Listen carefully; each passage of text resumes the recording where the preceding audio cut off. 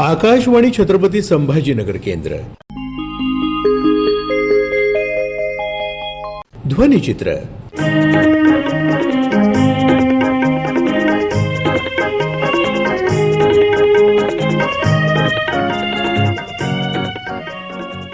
आजच्या ध्वनिचित्रात भीमज्योती जन्मोत्सव, गुरुगौरव सोहळा आणि विविध ग्रंथांचं प्रकाशन या कार्यक्रमांचा संपादित अंश आपण ऐकणार आहोत.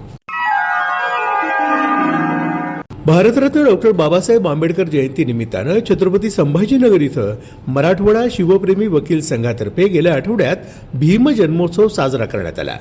यावेळी शाहीर संभाजी भगत यांनी बहारदार सादरीकरण केलं.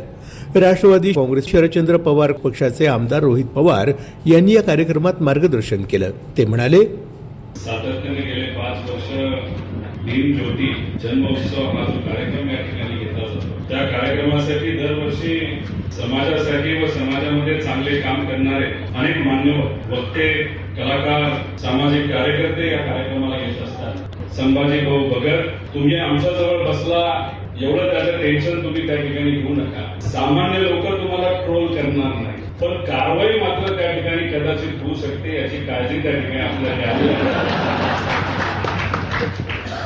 मी मजा करतोय, पण कारवाई झाली तरी एवढे वकील तुमच्या पाठीमागे उभे राहतील. मला वाटतं काही टेन्शन त्या ठिकाणी तुम्हाला याचं काही कारण नाही.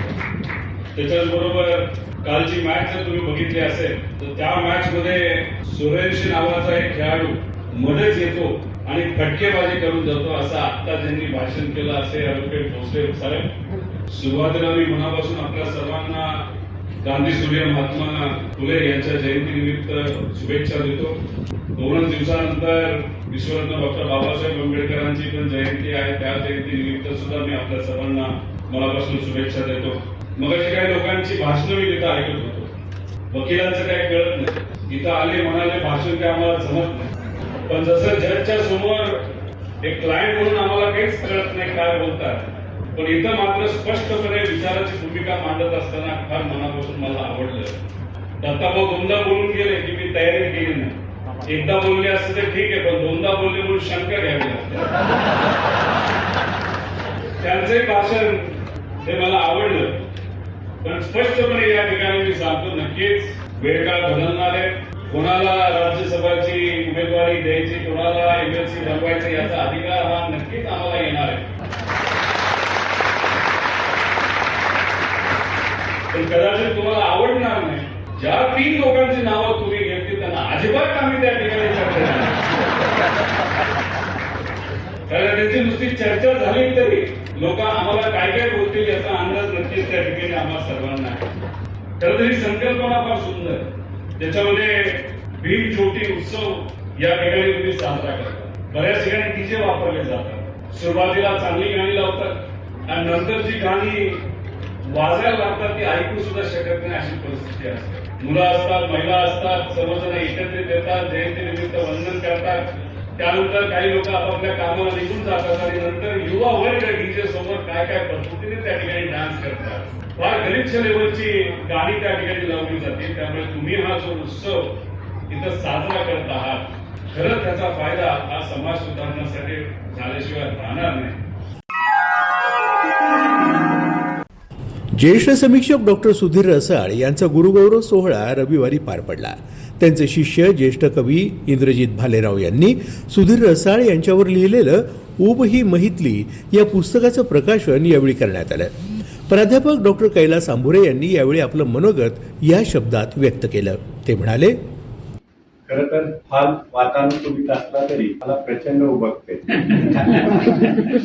त्याचं कारण असं आहे, सुधीर रसाळ सरांनी आम्हाला समीक्षा शिकवली ती साधारणपणे 2000 ते 2001च्या दरम्यान. 1 वर्ष मी सरांचा पदव्युत्तर पदवीचा वर्गातला विद्यार्थी आणि सरांनी प्रत्यक्ष वर्गात येऊन अध्यापन केलेली आमची शेवटची बॅच विवेकानंद महाविद्यालयामध्ये आम्ही होतो. आणि तत्पूर्वी 1995 ते साधारणपणे 1999 असं परभणीच्या ज्ञानोपासक महाविद्यालयामध्ये गुरुवर्य इंद्रजित भालेराव सर यांचा सहवास आणि वर्गाच्या पलीकडे जाऊन आणखी काही जगणं असतं किंवा अनुभव विश्वास असतं हे त्यांनी आम्हाला त्या काळामध्ये समजावून दिलं. आता इथे आल्यानंतर एकतर समीक्षेतला सुधीर मानदंड असं मी ज्यांच्या संदर्भामध्ये बोलतो त्यांच्याविषयी आपण काय बोलावं, म्हणजे माझ्यासारख्याने काय बोलावं. मी तर सरळ म्हणेल की माझी ती बोलण्याची लायकी नाही.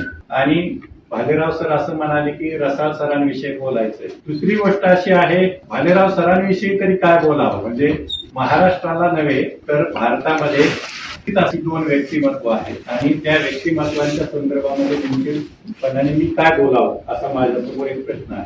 असो, आज या ठिकाणी उभही महितली या ग्रंथाचं प्रकाशन झालं. तुम्हाला वाचण्यात आलेलं आहे की हा ग्रंथ नेमकेपणाने काय आहे. अर्थात एका गुरुनं म्हणजे माझ्या गुरुनं त्यांच्या गुरुविषयी केलेल्या नोंदी आहेत. तसेच ते रसाळ सर देखील माझे गुरु आहेत.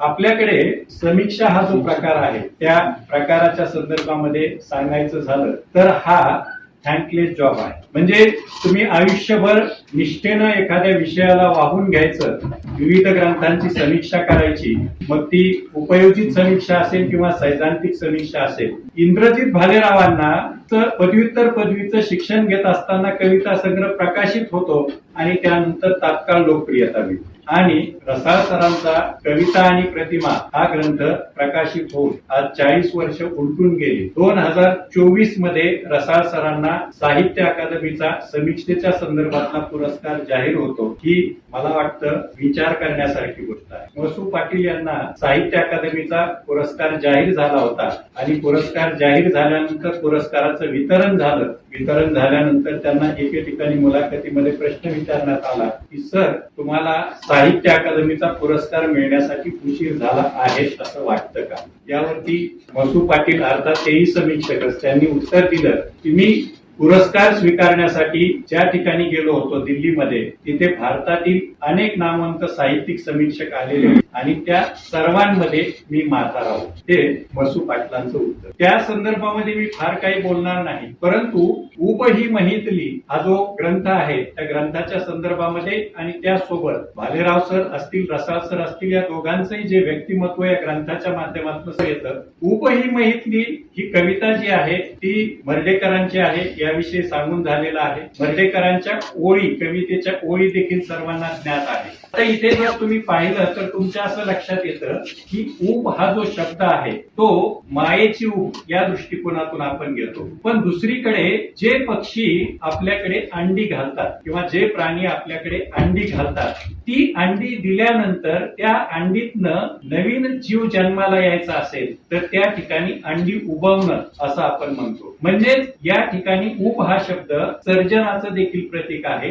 आणि ते सर्जन जे आहे ते सुधीर रसाळ सरांच्या वर्गामध्ये इंद्रजित भालेराव 1985 मध्ये या शहरामध्ये आले. तेव्हापासून त्यांचा आतापर्यंतचा असणारा जो काही सहवास आहे, अनुबंध आहे, त्या अनुबंधातनं इंद्रजित भालेरावांच्या निर्मितीला जे काही आकार प्राप्त झाला, रूप प्राप्त झालं, त्यामध्ये अतिशय महत्वाचा वाटा रसाळ सरांचा. आता गुरुच्या महतीच्या संदर्भामध्ये सांगायचं झालं तर आपल्याकडे अनेक ग्रंथ या संदर्भात असलेले आपल्याला दिसतात. ही परंपरा काही लहान नाहीये. अगदी गुरुचरित्राचं उदाहरण आपल्याला या संदर्भामध्ये देता येऊ शकतं. ज्ञानेश्वरीमध्ये देखील गुरुच्या संदर्भातला महिमा सांगितलेला आपल्याला दिसतो. शीख धर्मामध्ये गुरु ग्रंथ साहिब सारखा ग्रंथ आपल्याला दिसतो. रामदास स्वामींनी सुद्धा दासबोधामध्ये गुरुच्या संदर्भामध्ये लिहिलेला आहे. असे अनेक ग्रंथ आहेत आणि त्या परंपरेमध्ये अगदी आधुनिक काळामध्ये, वर्तमानमध्ये आपल्या गुरुच्या संदर्भामध्ये जी काही आपल्या मायेची ऊब आहे, ती ऊब, ती आत्मीयता,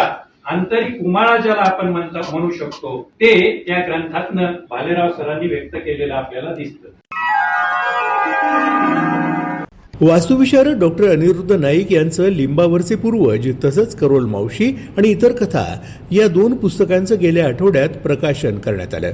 महापौर समीर राजूरकर यावेळी उपस्थित होते. समीर राजूरकर यांनी या पुस्तकांबद्दल आपलं मनोगत या शब्दात व्यक्त केलं. खूप तुम्ही सगळं सूत्रसंचालन करताना 4-5 वेळेस म्हणले उत्तम वाचक, उत्तम वाचक, उत्तम वाचक. तर मलाच भीती वाटायला लागली आता काय बोलायचं म्हणून. तर मी काही उत्तम वाचक नाहीये, पण वाचतो जरूर. म्हणजे आजच्या ह्या सगळ्या धावपळीच्या युगामध्ये अनिरुद्ध नाईक सरांनी त्या दिवशी दोन्ही पुस्तकं दिले, पण अगदी प्रामाणिकपणे सांगतो की लिंबावरचे पूर्वजाचे काही पानं मी चाळले आणि ते आज इथे यायचं म्हणून नाही, पण तुम्ही त्या दिवशी दिल्यानंतर त्या दिवशी रात्रीच मी सहज चाळले. कथासंग्रह वाचायचा माझाही थोडा छंद आहे, म्हणून मला हे नाव जरा सोपं वाटलं म्हणून मी पटकन चाळलं आणि परवा दिवशी रात्री मी त्याच्यातल्या 2-3 कथा वाचल्या. मला अतिशय आनंद आहे की छत्रपती संभाजीनगर जिल्ह्यामध्ये असलेल्या उंडणगाव सारख्या गावामध्ये ज्या परिसराला प्रचंड, ताई आता सुरुवातीला प्रस्तावनेमध्ये म्हणल्या की तिथं डॉक्टर इंजिनियर, पण त्या अख्ख्या परिसराला अजिंठा डोंगराच्या कुशीत वसलेल्या त्या सगळ्या परिसराला प्रचंड मोठी सगळी परंपरा आहे आणि ती थोडी परंपरा नाही, ती खूप 100 वर्षांची परंपरा आहे. तिथे खूप चांगले लोक त्या पूर्ण त्या अजिंठा डोंगराच्या कुशीमध्ये तयार झालेले. त्याच्यामध्ये नाईक सरांनी पहिले एक लिहिलं USA आणि नंतरचे हे 2 कथासंग्रह.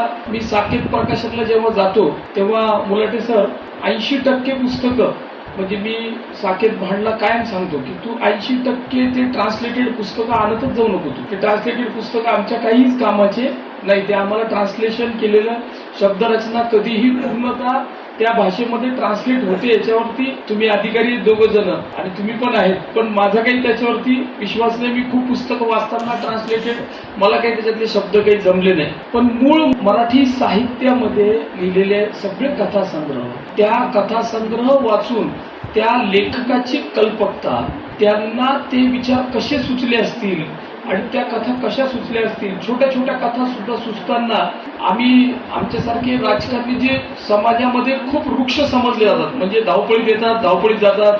आता सरांनी सांगितलं आता मला लवकर जायचं म्हणून पहिले एकदाच बोलून तू पटकन निघून जा बाबा, तर इतक्या प्रकारचे आम्ही वृक्ष लोक ओळखले जातो. परंतु आम्हाला सुद्धा आमच्या आजूबाजूला फिरताना बघताना असं वाटतं की हे कधी आपण नोट डाऊन केलं पाहिजे आणि हे नोट डाऊन करून काहीतरी त्याच्याविषयी आपण कधीतरी लिहिलं पाहिजे. कारण का तर आम्ही समाजात फिरताना कदाचित किंबहुना तुम्ही उंडणगावच्या एका लिंबापासूनही सुरू केलेलं आहे, पण मी याचा थोडा विषय बदलून सांगतो.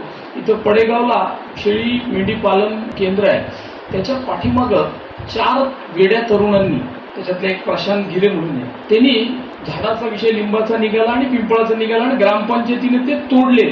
तर त्याला 2019ला राज्य सरकारने वनीकरण करायचं असं ठरवलं. तर त्या शेळी मेंढी पालनाच्या विभागाला टार्गेट दिलं की तुम्ही 25 एकर जागेमध्ये झाडं लावा. आता त्यांना काही त्याच्या बुद्धीच्या पलीकडे झालं ते की आता 25 एकर झाडं लावायची म्हणजे कसं करायचं. तर हे 4 मुलं आपल्या छत्रपती संभाजीनगरचे त्यांना मिळाले. त्यांची एक जनसेवा नावाची एक संस्था होती. ते म्हणले सर आम्हाला द्या तुम्ही, आम्ही करतो. आणि त्यांनी अगदी देगलूर पासून ते गवताळ्यापर्यंत आणि तुमच्या खास अजिंठ्याच्या डोंगर कुशीपासून ते तुळजापूरच्या सिंदफळपर्यंत या मराठवाड्यातल्या 700 स्पेसीज ज्या लुप्त होत होत्या त्याची सगळ्या बिया कलेक्शन केल्या आणि 19 पासून स्वतःच्या खर्चाने ते लावत वाढवत नेल्या. आत्ता बऱ्यापैकी 2 वर्षापासून त्यांना जे इंडस्ट्रियलिस्ट मिलिंद केळकर त्यांनी त्यांना खूप आर्थिक मदत केल्यामुळे ती आता एकदम फुलली. तर मी ती बघायला 4 दिवसापूर्वी गेले असताना, मी सातत्याने तिथे जात होतो. 4 दिवसापूर्वी गेल्यानंतर ऊन खूप होतं, मी 9:30-10 वाजता गेलो होतो. तर तिथं एका सोनसावराचं झाड होतं आणि त्याला पिवळी फुलं येतात. ते पर्टिक्युलरली तुमच्या भागात अजिंठ्याच्या डोंगरावरती जी पिवळी फुलं येतात तर ती पिवळी फुलं सोनसावराची असतात. त्या सोनसावराच्या बाजूला एक झाड होतं आणि त्याला लाल रंगाचे कप ऑफ टी सारखे असलेले फुलं लागलेले होते आणि प्रत्येक फुलावरती एक पक्षी बसलेला. तर मी त्याला विचारलं हे काय आहे. तर त्याला सांगितलं सर हे ज्यूस बार आहे. फक्त उन्हाळ्यामध्ये ह्या स्पेसीजला, ही स्पेसीज मेजरली मराठवाड्यात सापडले जाते आणि जंगलामध्ये जास्ती सापडले जाते आणि फक्त उन्हाळ्यामध्येच ह्याला फुलं येतात. मी म्हणलं मग उन्हाळ्यात फुलं येतात, मग कसं काय ह्याला उन्हाळ्यात फुलं येतात. तर त्याने एक फुल तोडलं आणि ते दाखवल्यानंतर त्याच्या पाकळ्या काढल्यानंतर लक्षात आलं की आतमध्ये एक पूर्ण ट्यूब होती आणि ट्यूबला खाली बकेट होती आणि त्याच्यामध्ये एक विशिष्ट प्रकारचा रस होता. उन्हाळ्यात पक्ष्यांना खायला मिळत नाही, पाणी प्यायला जवळ मिळत नाही, म्हणून निसर्गाने एक रचना केली की त्यांचं डिहायड्रेशन होऊ नये, त्यांना प्रोटीन कमी पडू नये म्हणून फक्त उन्हाळ्यात त्या झाडाला फुलं येतात. ध्वनिचित्राचा हा कार्यक्रम आकाशवाणी छत्रपती संभाजीनगर केंद्राच्या प्रादेशिक वृत्त विभागानं सादर केला. सादरकर्ते समरजित ठाकूर, निर्मिती सहाय्य धनंजय ब्रह्मपूरकर.